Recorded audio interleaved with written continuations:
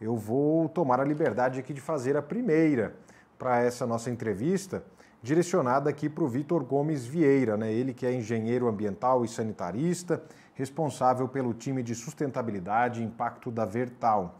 Vitor, essa reportagem da Fernanda Santos, ela trouxe para a gente essa ideia essencial de separação do lixo, de como deixar a cidade menos tóxica e mais sustentável. Isso faz parte do que seria uma cidade inteligente, Vitor? E o que seria uma cidade inteligente? Bom, boa tarde, agradecer a pergunta, Johan. Sim, isso com certeza faz parte do que é uma cidade inteligente, né? Acho que a problemática que a gente tem hoje mundial no que diz respeito a resíduos sólidos é um dos fatores ambientais mais importantes que a gente tem que ter em tona, né, aí atualmente. Então, hoje milhões de resíduos são gerados, pouco percentual é aproveitado, principalmente falando de Brasil, né? A própria reportagem trouxe aí a situação nossa aí no que diz respeito de Goiânia. E cidades inteligentes é justamente cidades que estão à frente aí, né? Já botando em prática, né, algumas questões socioambientais, como, por exemplo, a questão do reuso dos resíduos, práticas relacionadas à logística reversa, a economia circular como um todo, né, de que aqueles materiais após o consumo final não serem simplesmente descartados para um aterro sanitário que seja, mas sim reinseridos num processo de produção, ou então retornando, né, aos próprios fabricantes. Então, cidades inteligentes, elas estão à frente no que diz respeito a essas questões, mas não só falando de resíduos, mas também ambientalmente ali, no que diz respeito a tratamento de água e efluentes, a emissões atmosféricas, a logística e transporte, né? Então, através de combustíveis que sejam menos problemáticos aí, né, para a atmosfera e para o meio ambiente como um todo, e também socialmente falando, botando em prática questões relacionadas à diversidade, à inclusão, entre outras práticas bem importantes também. Então, cidade inteligente basicamente são aquelas que já conseguiram pôr em prática projetos aí que levam em conta, né, os nossos hábitos, para que esses hábitos se tornem cada vez mais sustentáveis, né? A gente tem vários exemplos, por exemplo, na Coreia do Sul, existe a prática de reciclagem dentro dos próprios condomínios, então existe espécies de tubos que as pessoas colocam ali os seus resíduos já segregados e esses tubos já vão direto para uma empresa de reciclagem, para ali ser triados e dado o destino adequado ali e serem reaproveitados. Então, basicamente, essa é a ideia assim, de que é uma cidade inteligente, né? Então, essas práticas cada vez mais sustentáveis, pensando em mudar os hábitos aí que a gente tem atualmente, que a gente já sabe que não são os mais adequados. E essa resposta do Vitor, Samuel, ela contrasta, né, muito com o que a gente viu na reportagem da Fernanda Santos. A gente até comentava aqui, enquanto a reportagem era exibida, porque a quantidade de lixo que Goiânia produz realmente é impressionante. E o que estava presente lá no aterro, principalmente. E aí eu queria perguntar para a Fernanda, que está aqui com a gente, o que te chamou mais a atenção nessa elaboração dessa reportagem, Fernanda? O que foi mais impactante para você? Acho que na hora de fazer as imagens de apoio, né, simplesmente andando nas ruas, a gente via quanto lixo tinha jogado nas calçadas, né? E ali dá para ver nos cestos também que tem máscaras dessas que a gente está usando agora durante a pandemia, que as pessoas simplesmente jogaram e estão soltas ali, contaminando, né? Tanto o cesto e sujeitando o coletor de lixo também a ser contaminado por aquela máscara. Então, é muito lixo que a gente vê e não precisa ir no aterro para ver. A gente vê nas calçadas de Goiânia, ali a forma como é descartado sem o mínimo cuidado. Então, a gente vê móveis também, né, quebrados ali em cima da calçada, lixos abertos. Então, isso me chamou bastante atenção. Não foi difícil encontrar lixo nas ruas da capital para conseguir fazer as imagens de apoio, Johan. Pois é, eu imagino, Fernanda. E agora eu convido você e também a Renata, assim como os milhares de jovens que participam aqui com a gente na live, a questionarem, né, o Vitor sobre que soluções, né, que podem ser alcançadas para que as cidades se tornem de fato inteligentes em relação a reciclagem e o reaproveitamento do lixo. Renata, fique à vontade. Que tipo de questionamento que você pode trazer aí para o Vitor para deixar ainda mais quente esse debate aqui? Ô, Vitor, assim, na França e na Alemanha, a reciclagem ela já é um trabalho de iniciativa privada. O fabricante de embalagens ele é considerado como responsável pelo descarte do lixo. Ou seja, quando um cidadão vai comprar uma pilha, por exemplo, ele já tem que levar a antiga para fazer a troca. Então, você que já está mais inserido nesse contexto empresarial, você acha que é possível isso acontecer no Brasil e isso, de fato, pode contribuir com a redução dos resíduos sólidos? Sem dúvida, Renata. Eu acho sim que isso é possível de acontecer no Brasil. Acho que a causa raiz desse problema ali parte desde do governo, né, das legislações que a gente tem hoje. Então, cabe ali um incentivo para que as empresas passem a olhar com outros olhos a questão do resíduo sólido e se adequar a programas, iniciativas como essa, sabe? Hoje a gente vê no Brasil algumas práticas bem interessantes, né, também relacionado a alguns fabricantes que possuem ecopontos, né, em supermercados, em alguns shopping centers, justamente para que o consumidor final consiga devolver ali, né, o seu resíduo após a utilização de certo material, mas isso são coisas pontuais, infelizmente, né, hoje na nossa realidade brasileira. Então, creio que cada vez mais o poder público tem a missão, né, de poder incentivar isso através de políticas públicas, fazer com que indústrias de determinados segmentos tenham a obrigatoriedade de ter esse programa de logística reversa implementado, como também a própria economia, né, já está olhando com outros olhos. Hoje, investidores eles querem investir em empresas que têm essa causa de sustentabilidade muito em vigor. Assim. Então, isso vai acabar forçando também a iniciativa privada a se adaptar e a criar programas como estes, para que cada vez mais a gente tenha menos cenários, como foi mostrado aí hoje na nossa reportagem. Né? Vai acabar sendo essencial para a empresa se manter no mercado, né? Eu quero aproveitar também para compartilhar com você, Vitor, e com vocês todos que estão nos assistindo, né, nossos jovens, que vocês todos sabem que a Renafse ela está sempre muito atenta e muito preocupada com essas questões ambientais. Então, uma coisa que a gente sempre vem trazendo para os nossos colaboradores e jovens é que tudo isso pode começar com um trabalho de formiguinha, né, com pequenas ações que podem trazer a diferença. E aqui no Polo de Santa Catarina não é diferente. Então, quero compartilhar com vocês também com orgulho que o Polo de Santa Catarina recebeu o selo de signatário do Movimento Nacional ODS em 2021. Então, o Polo assumiu esse compromisso, nós seguimos as orientações e sugestões do manual de aplicação e nós ficamos muito felizes em fazer parte do maior movimento voluntário pelos ODS do Brasil. E esse trabalho de formiguinha a gente vem fazendo com os nossos jovens. Então, há alguns dias o Edgar compartilhou aqui com vocês alguns projetos que são desenvolvidos aí em Goiás, né? E nós temos também aqui os nossos projetos de Santa Catarina, também fazemos o Adote uma Garrafinha, tanto com os nossos colaboradores quanto com os jovens. Temos também o Ecopet Tampas, que é bem parecido com o Tampatas, que ele apresentou também.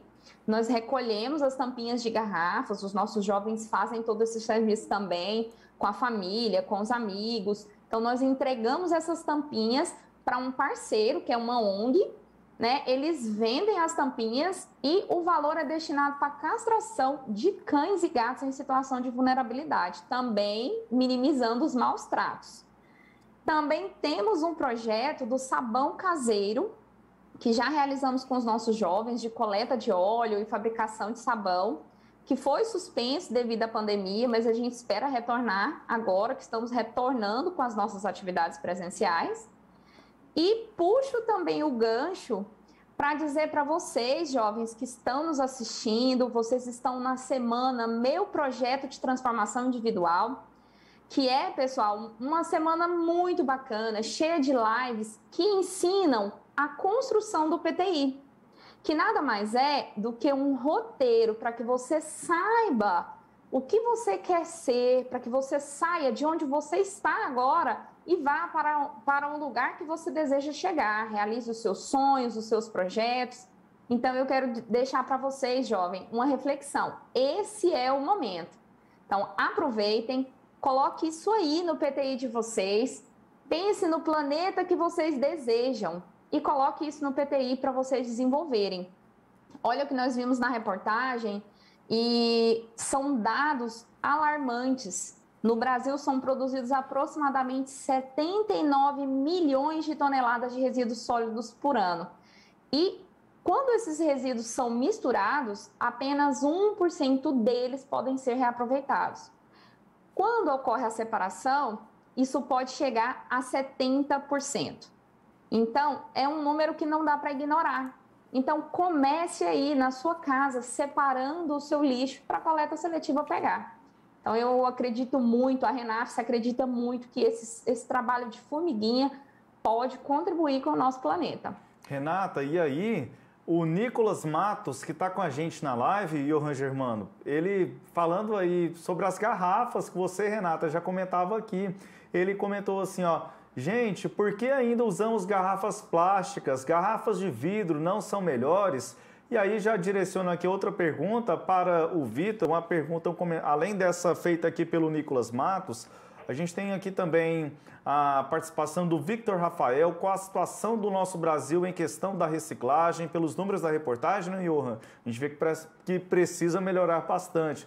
A reportagem da Fernanda Santos, olha só, também pergunta semelhante feita aí pela Laine Santana. A Milena Lustosa diz o seguinte, ó, vi uma reportagem de uma cidade que colocou tipo uma rede nos bueiros para impedir que fiquem cheios de lixo. Se todos os estados adotassem essa ideia, seria ótimo. E aí, passando então aqui, por fim, pelo Sebastião Rosário, ele diz assim, ó, a reciclagem é uma das saídas mais viáveis para diminuir a produção de lixo. E a partir desses comentários, Johan, direciono então aqui para o nosso, tanto para a Renata, também para o Victor, que está com a gente, as impressões dos nossos jovens, a partir da garrafa, passando ali também por questões sustentáveis nos bueiros e uma preocupação para aumentar a reciclagem aqui no nosso Brasil.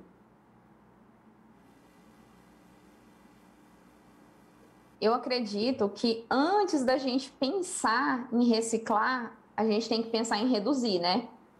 Na verdade, assim, devemos criar uma cultura da redução do lixo. E quando eu digo redução, eu acho que a gente tem que voltar lá na Política Nacional de Resíduos Sólidos. Ela defende a diminuição da geração de resíduos e ela diz, né, resumidamente, que um material só deve ser descartado num aterro sanitário depois que ele for reutilizado, reciclado, feita a compostagem, recuperação e o reaproveitamento energético.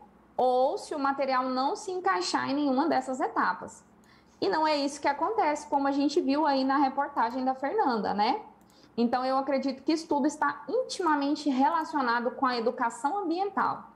Então, isso deve acontecer mais nos municípios, para as pessoas de mais idade, eu acredito que principalmente. Por quê? Porque as pessoas mais novas normalmente estão já inseridas em faculdades, em escolas, e já vem acontecendo um trabalho de educação ambiental. Então, eu aposto muito nisso, para a gente criar realmente assim uma cultura. A Fernanda Santos também está com a gente aqui na live. A Fernanda também tem pergunta para o Vitor, Samuel. Fernanda, traga o questionamento para o Vitor aqui na nossa entrevista, nesse bate-papo aqui. Bom, primeiro eu gostaria de fazer uma observação, né? Baseando ali da entrevistada, da Raquel, ela consegue reaproveitar, reutilizar quase tudo que ela consome.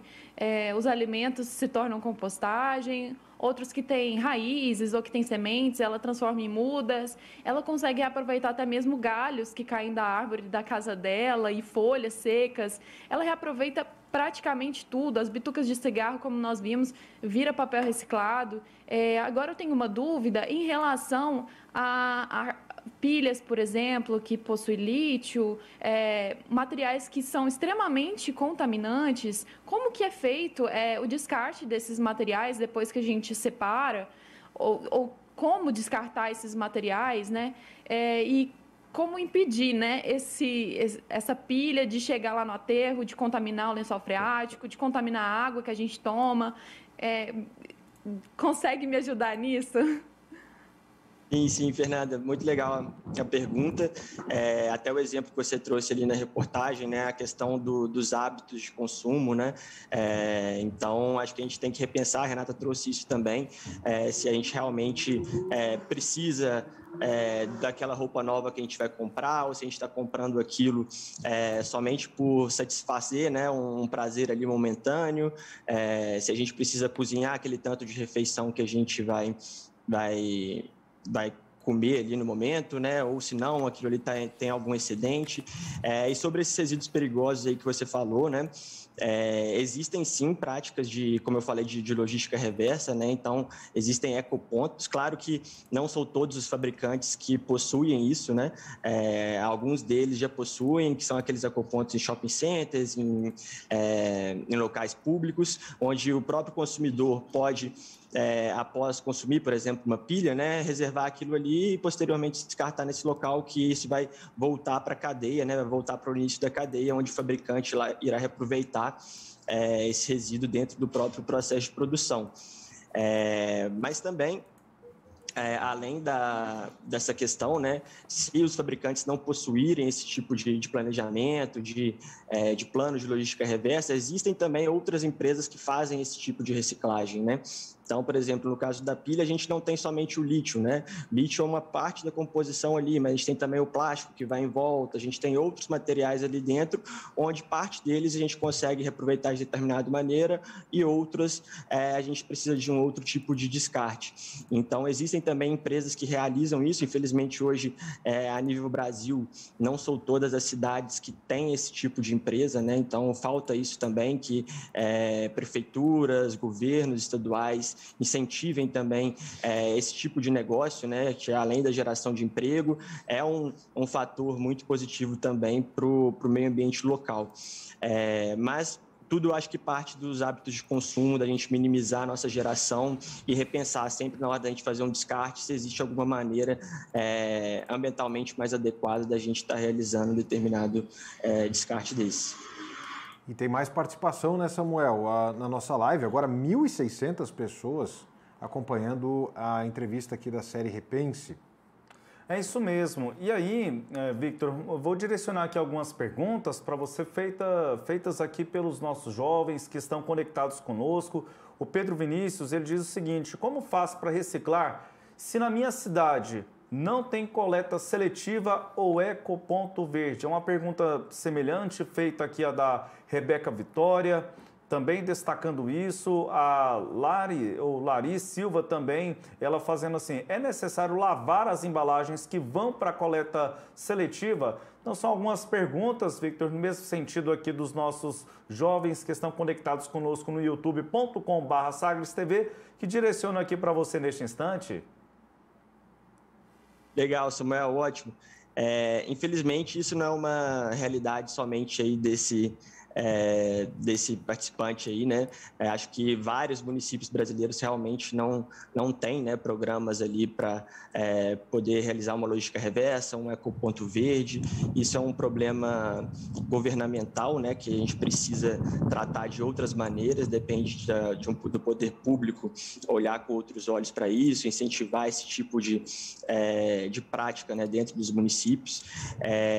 Mas, apesar de, por exemplo, numa cidade que não tem esse tipo de prática, né, é possível a gente mudar os nossos próprios hábitos, né? Assim como a Renata trouxe na reportagem também, existem maneiras da gente reduzir o lixo, né, que a gente produz. Então, por exemplo, no momento de descartar um resíduo orgânico, por que não eu ter uma compostagem em casa, seja numa composteira mesmo que a gente consegue comprar através da internet, ou então no próprio jardim ali, as pessoas adquirirem esse hábito, né? E que é um resíduo hoje hoje, que é o que é mais gerado dentro das nossas casas, né? Então, existem formas da gente poder fazer esse tipo de descarte, como, por exemplo, catadores também, apesar da informalidade, eles são os grandes players da cadeia, eles estão ali tirando renda do material que ia ser descartado, né? E, de certa forma, também inserindo isso dentro da cadeia novamente, através de um reaproveitamento, de uma reciclagem.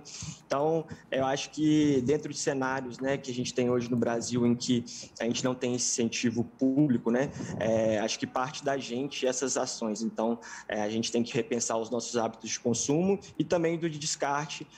Existem alternativas que a gente pode fazer dentro da nossa própria casa ali para a gente poder descartar o resíduo com uma maior qualidade, assim, sendo mais benéfico para o meio ambiente como um todo.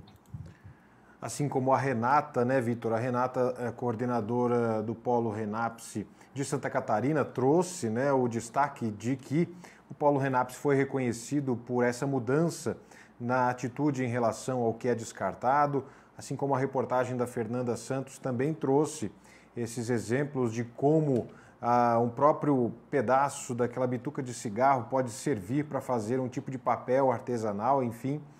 Que tipo de recursos e políticas públicas devem ser direcionadas, Vitor, para que a cidade de fato possa dar o primeiro passo? É claro que a população precisa fazer a parte dela, mas a cidade que pretende se tornar inteligente, ela precisa dar um primeiro passo. E que tipo de políticas públicas, como as empresas também podem contribuir para que essa situação avance, né, em relação à cidade inteligente? Legal, Johan.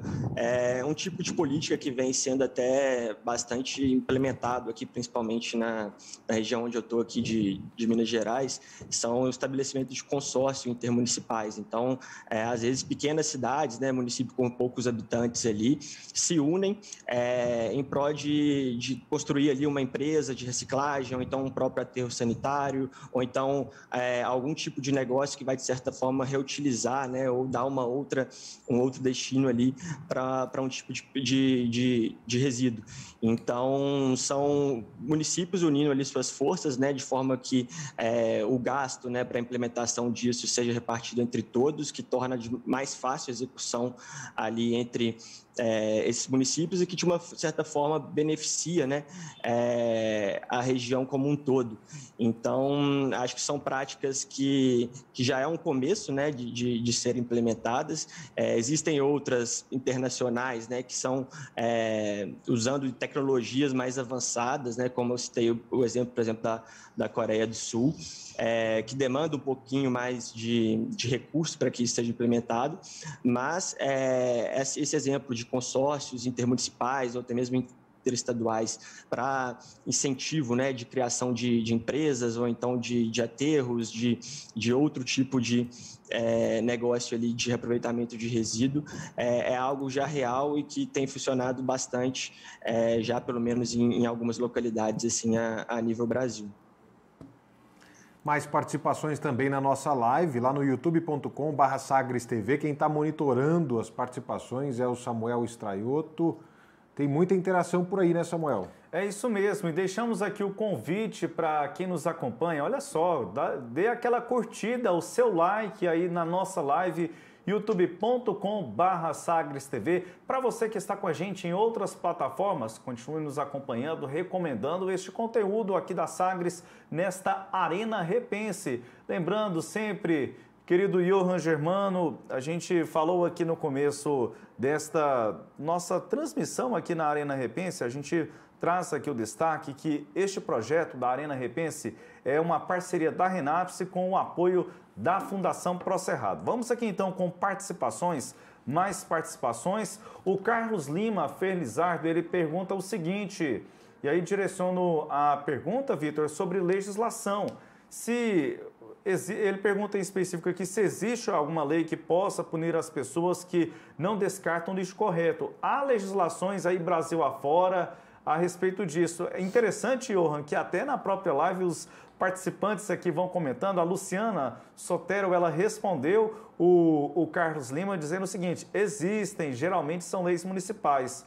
A Ravik Araújo, pouquíssimos municípios brasileiros têm algum programa de reciclagem funcionando. O que vale ter um sistema lindo de coleta seletiva funcionando na sua cidade se você não sabe como utilizá-lo? Então nós temos aqui algumas participações e, Victor, direcionando aqui os questionamentos do Carlos e a complementação feita pela Luciana sobre as legislações. Temos legislações, elas são suficientes ou, a partir da sua experiência, né, do seu trabalho no dia a dia, não? Precisamos de mais instrumentos legislativos para incentivar a reciclagem, tanto por parte dos entes públicos quanto dos entes privados. Qual a sua avaliação, Victor? Legal, Samuel. Existem sim legislações, como falado aí, né, principalmente legislações municipais, que existe um certo tipo de punição para a pessoa física, né, no que diz respeito a um descarte inadequado de um resíduo sólido, por exemplo. Isso vai variar, claro, de município para município. Existem alguns que sim, outros que não. Então, a gente tem esse gap aí, né, entre esse dispositivo legal. E para a indústria, a gente já tem legislações mais severas, assim, né, que tanto estaduais quanto federais, né, que obrigam, né, o determinado tipo de negócio, dependendo do segmento, a realizar o descarte adequado, como ter toda a rastreabilidade do seu processo, desde o momento em que um resíduo foi gerado até o descarte final desse material. E hoje, né, acho que o poder público tem esses olhos com as organizações privadas o tipo de geração, né? O tipo de resíduo que é gerado, geralmente resíduos perigosos, resíduos que têm um potencial poluidor muito maior, assim. Então, são legislações mais severas nesse sentido e que possuem penalidades desde multas, né, financeiras ali, que variam na casa de milhões, dependendo do órgão ambiental, como também até mesmo o embargo, né, do próprio negócio. Então, ele pode ser determinado que pare as atividades de determinada indústria por um simples descarte que não foi realizado da maneira correta, com todo o procedimento legal. Então, a gente tem alguns dispositivos aí que falam sobre isso, a própria Política Nacional de Resíduos Sólidos, dentro de legislações estaduais também, cada órgão ambiental tem suas legislações específicas para isso, muitos planos de gerenciamento de resíduos, enfim, então existem sim esses dispositivos legais. Hoje, para a pessoa física, são menos, que vão variar ali de município para município. Johan Germano, temos aqui, a gente está caminhando já para o final da nossa Arena Repense, esta edição especial. Eu tenho uma pergunta aqui para direcionar para o Victor e outra para a Renata. Renata, vou direcionar primeiro para você. O nosso tema Repense Arena já é visando aqui uma reflexão de vários temas ligados à sustentabilidade. E aí a Giovana Alice faz uma colocação muito interessante. Ela pergunta o seguinte: como vocês acham que o mundo estará daqui a 10 anos em relação à reciclagem? Pode ser produtiva? O que você acha, Renata? Eu espero realmente que sim. Sabe, eu vejo que o mundo está, de uma maneira geral, abrindo os olhos. E eu fico muito contente de ver isso. Com cada dia que passa, a gente vê mais as pessoas, as empresas preocupadas com isso, né? Como o Victor colocou no começo, que isso está virando um requisito para uma empresa se manter no mercado. E isso é algo muito bom. Eu acredito que daqui a 10 anos nós vamos estar num cenário bem bacana, bem melhor do que hoje. E também eu queria aproveitar para responder uma outra pergunta. Teve um jovem que perguntou se precisa lavar o material que vai para reciclagem. Então eu quero responder que se você não lavar o material, não significa que ele não vai ser usado, né, para reciclagem. Mas se você já está tendo essa iniciativa, então faça, enxague apenas com água corrente. Isso vai impedir o mau odor, a contaminação do lixo durante o trajeto, né? E ajuda a diminuir os riscos de doença por parte dos trabalhadores que recolhem esses materiais. Quando fica esse lixo sujo, caixas de leite, latas de cerveja, né? Plásticos, isso pode se transformar em locais de reprodução de insetos, ratos, bactérias. Então, é bem legal você dar uma enxaguada aí antes de despachar esse material. E aqui também eu disse 2 perguntas. Victor, a Camille Costa fez uma pergunta muito interessante sobre... A gente falou de reciclagem, daqui a pouco Fernanda tem mais questionamentos também, mas a Camille Costa ela destacou um elemento que é muito importante aí nessa cadeia de reciclagem. E ela faz a seguinte colocação: qual a importância dos catadores para a reciclagem?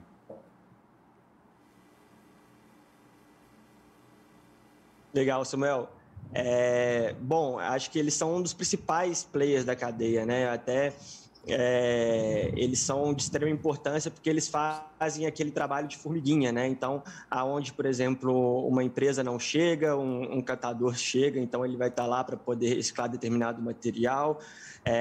Infelizmente, hoje, a nível Brasil, os nossos dispositivos legais, né, eles não abrangem esse player da nossa cadeia, então acaba que a própria informalidade, né, não incentiva com que eles consigam cada vez mais estar atuando em coletando o maior número de materiais dentro de um maior espaço ali, né?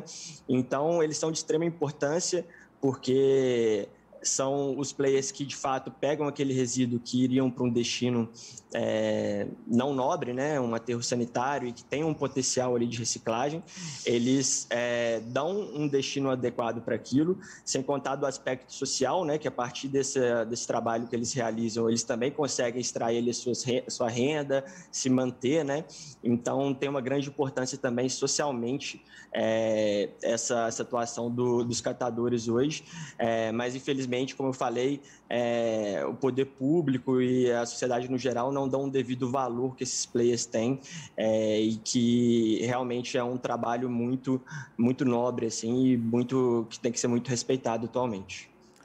Pois é, Samuel, e aí, a partir dessa resposta, né, do Victor, a gente vai aqui montando, né, formas de como fazer com que a cidade se torne de fato inteligente. Você tinha destacado agora há pouco que a Fernanda Santos tem uma pergunta também. Fernanda, fique à vontade. Nós estávamos falando há alguns minutos sobre legislação e no meio do ano passado, mais ou menos, o governo federal sancionou o novo marco legal de saneamento, né, que também prevê medidas aí para o descarte de resíduos sólidos. Entre eles, os estados e municípios teriam que montar centros de triagem, né, de lixo nos aterros. E aí eu pergunto para o Victor se a gente pode esperar que com essa medida a gente vai poder descartar menos ali no aterro e melhorar essa reciclagem que a gente tem hoje, que é muito baixa, né? Menos de... A gente fala que 5% vai para as cooperativas, mas às vezes menos do que isso é aproveitado, 4%, 3%. Então, a gente pode esperar que essa criação de centros de triagem possam ajudar a gente a reaproveitar melhor o nosso lixo e descartar menos no meio ambiente? Sim, Fernanda, com certeza. Na minha visão, esse dispositivo legal ele vem sim para colaborar bastante com o maior reaproveitamento e um melhor descarte dos nossos resíduos no geral, né? Muito porque o potencial que a gente tem para isso, né? Então, a gente tem uma geração muito grande de resíduos com um potencial mínimo ali que é reciclado. Então, a gente tem em visão de mercado, né? Um potencial muito grande nisso, e essa legislação também traz uma coisa bem interessante, que é tentar trazer a iniciativa privada para esse tipo de negócio, né? Então, abre ali para, por exemplo, a questão do próprio saneamento, né? Que antes, em alguns estados, era exclusividade do poder público, abre a brecha também para a gente ter uma empresa privada, por exemplo, oferecendo um serviço onde antes ele não chegava. Então, vai ser bastante importante, vai melhorar, sim, um pouco o nosso cenário. Creio que não será o suficiente, mas, sim, é um passo que a gente está dando aí nesse sentido, tanto para trazer as empresas privadas para olharem para esse tipo de negócio, né, e que tem muito valor, porque existe mercado para isso, existe resíduo, existem compradores, então, o mercado está aí para quem quiser investir, e acho que esse dispositivo legal vem incentivar esse tipo de prática também. Nós já chegamos aqui ao final dessa entrevista, né? Mais uma entrevista aqui da Arena Repense. Poderíamos ficar até mais tempo falando sobre esse assunto. Tamanha é a importância dessa mudança de atitudes que a gente precisa ter. E essa série vem mostrar exatamente isso. Agradecendo aqui a presença do Vitor Gomes Vieira, ele que é engenheiro ambiental, sanitarista, responsável pelo time de sustentabilidade e impacto da Vertaum. Vitor, obrigado pelos esclarecimentos e pela participação aqui conosco. Johan, eu que agradeço aí a participação, o convite de vocês também. Foi um prazer imenso aqui poder estar conversando com vocês hoje, principalmente desse tema que é algo para mim que realmente bastante importante, que eu amo conversar disso a qualquer momento. Então, foi bem especial mesmo. Obrigado pelo convite. Agradeço a todo mundo aí também. Nós que agradecemos, Vitor, também a presença aqui da coordenadora do Polo Renapse de Santa Catarina, a Renata Ultra, que trouxe também essas informações, trouxe o reconhecimento do Polo Renapse também para essa mudança de comportamento. Renata, antes de tudo, parabéns aí também pelo trabalho e obrigado por contribuir aqui conosco nessa Arena Repense de hoje. Eu que agradeço, Johan. É sempre muito bom estar aqui com vocês. Agradeço a participação dos nossos jovens e ainda deixo um recado, viu, jovens? São vocês quem vão contemplar a Agenda 2030. Então, anotem isso aí no PTI de vocês e corram atrás. Certo? Obrigada pela participação. Valeu, Renata. Nós que agradecemos também a participação aqui da jornalista Fernanda Santos. Fernanda, obrigado também pela participação, parabéns pela reportagem. Inclusive, o material já está todo disponível, né? Lá no sagresonline.com.br. Obrigado, Fernanda. Obrigada, Johan. Foi um prazer conversar com vocês e convido aí os jovens que estão acompanhando a gente a conversar sobre esse assunto com suas famílias e tentar mudar também a mentalidade aí dos pais para conseguir separar o lixo que tem dentro de casa, cada um fazendo